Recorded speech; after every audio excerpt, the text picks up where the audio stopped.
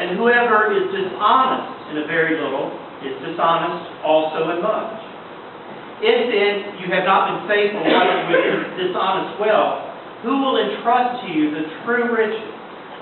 And if you have not been faithful with what belongs to another, who will give you what is your own? No slave can serve two masters, for a slave will either hate the one and love the other, or be devoted to the one and despise the other. You cannot serve God and wealth. The Gospel of the Lord. Praise to you, Lord Christ.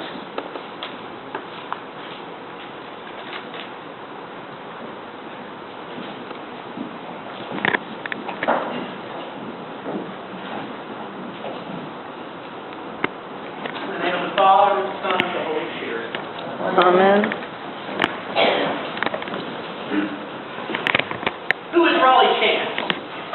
Who's Raleigh Chance? Well, I'll tell you who that is in just a moment. But I have to say, and probably like you, I was stunned at yet another violent mass shooting.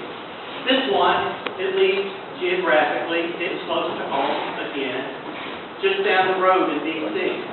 Indeed, there were some Maryland residents who were workers at the Navy Yard who were among the victims. And like you, sadly, shock turns all too quickly into resignation. Another shooting, multiple victims, just like many other incidents. And the real, shockingly tragic thing here is we're getting all too used to it. It seems to happen with great frequency. Well, Raleigh Chance was in the news very quickly on Monday morning, and then not so much.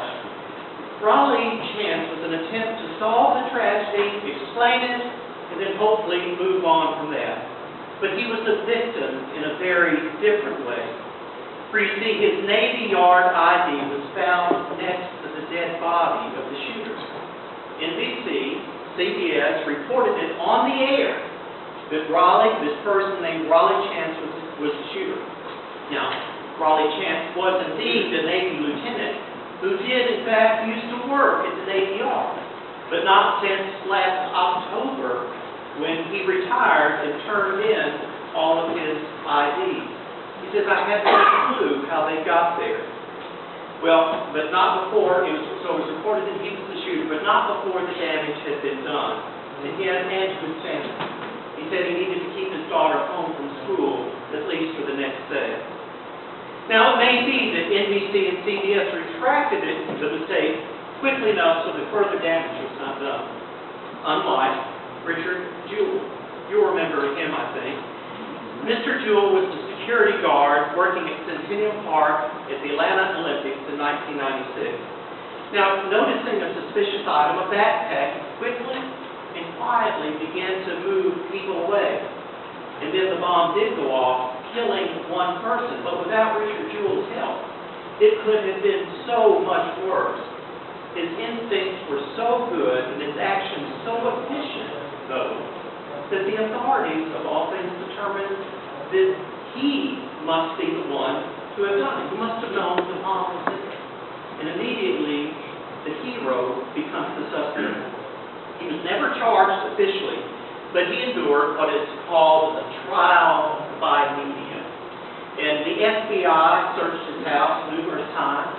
Reporters camped out at his house. Every facet of his life was exposed.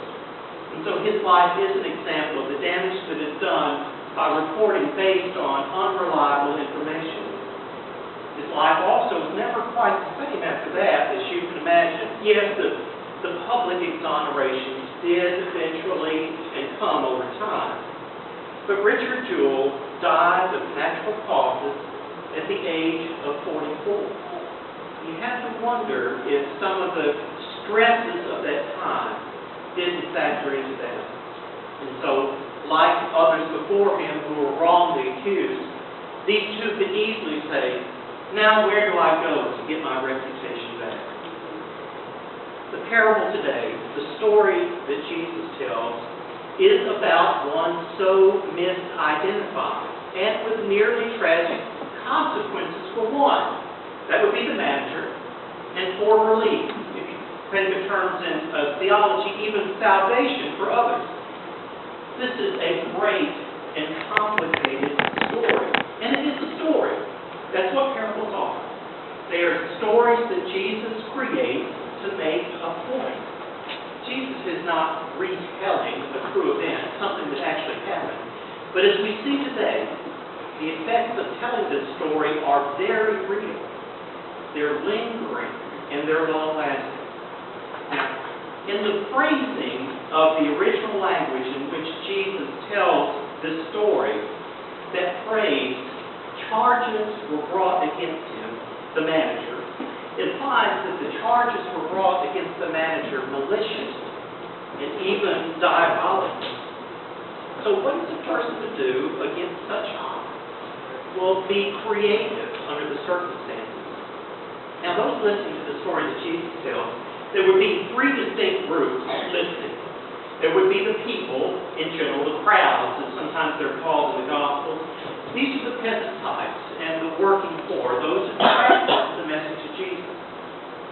The second group would be the disciples themselves, that nearly consistent inner circle that is helping and adopting Jesus' mission as their own.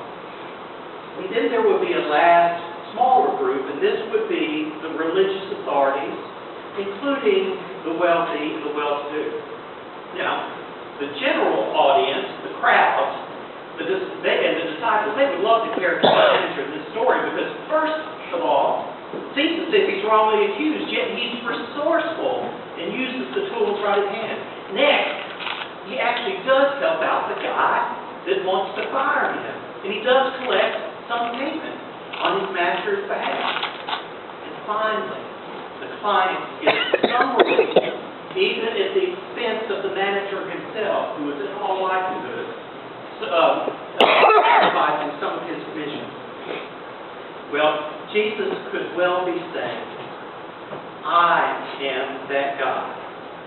That's because someone has to say, in a religious way, that you have been unfairly burdened by religious law and by guilt. In God's name, I've come to give you relief and set you free. For what Jesus is saying, that God's kingdom needs resourceful people like you to work in the world, to make it more just, to make it more equitable, and yes, to make it more safe.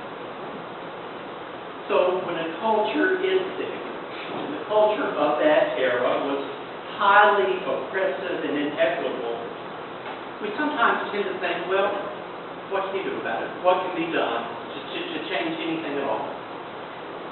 Jesus says, on the contrary, that faithful diligence can, in fact, cause change. If only we are changing even one heart at a time. Yes, our culture today is sick. We think the problem is too big and too pervasive for any one person seemingly to affect change. We now live in a culture of violence that has become infected with some sort of evil. Do you realize that gun sales spiked after an event like last Monday? People are scared, which puts more potential violence in the hands of even more fearful people. At some point we have to say, enough is enough. Too many guns, too much fear, and too little help for the people that need it. But again, we think, what can one person do? Again, the stories of Jesus are meant to give us insight and encouragement. Whoever is faithful and true in a very little is faithful, true, and loyal in a very great deal. In other words, what we on the face of it perceive as too little, it may in fact have enormous potential consequences. It may be that the one heart that needs to be changed in all of this is this one right here. Who can forget that image some years back in Tiananmen Square in China when one lone person faced down a whole army of tanks in that military crackdown. 50 years ago, in the civil rights era, when the images of what was actually happening in Birmingham, when people, even children, were being fire-hosed and attacked by police dogs, when the images spread of that, we did say, enough is enough. Many small, changed hearts become enormous, faithful, diligent in the truth. And it may be that the one heart, again, that needs to be changed is the one right here. St. Teresa of Avila, who was a mystic who lived in the 1500s, she said, most people of faith are not called to do great things, but to do small things with great compassion. Jesus is saying that the real measure of our value is how much we are worth if we lose all of our money and if we could lose all of our fear. In spite of the so-called conventional wisdom of true priorities, Jesus is also saying that we will do well to be shrewd and wise for all the things of God. Shrewd and wise, like good relationships, enduring relationships, justice,